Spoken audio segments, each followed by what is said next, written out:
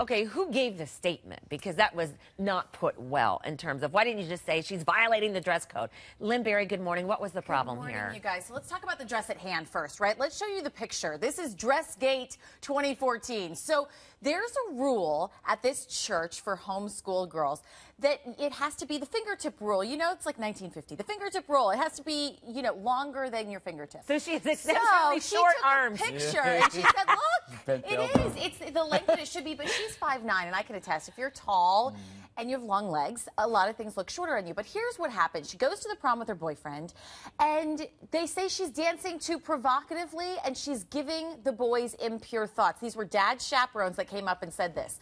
Well, the boyfriend says they weren't even dancing, let alone provocatively. Take a listen to what else he had to say.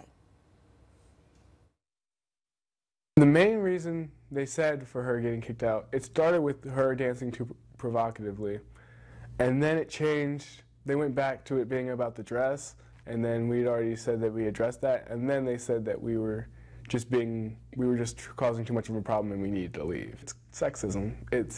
They're saying, you're making us feel certain things, so you have to do what we tell you to do, and that's not right. What kind of prom? You did say it was for homeschool kids. It was at a church. So we have reached out to this church. It's a church for homeschooled kids. She's a homeschooled teenager.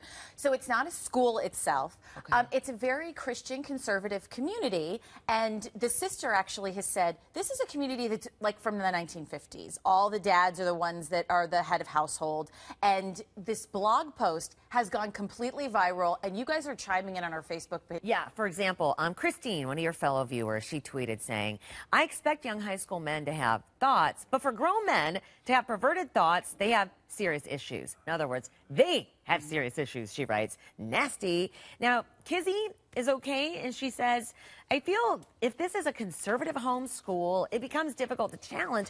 It's their rules, so you got to abide by it. On Facebook, Christina says, I don't think it had anything to do with the way that she was dressed. I think it had to do with her date being black.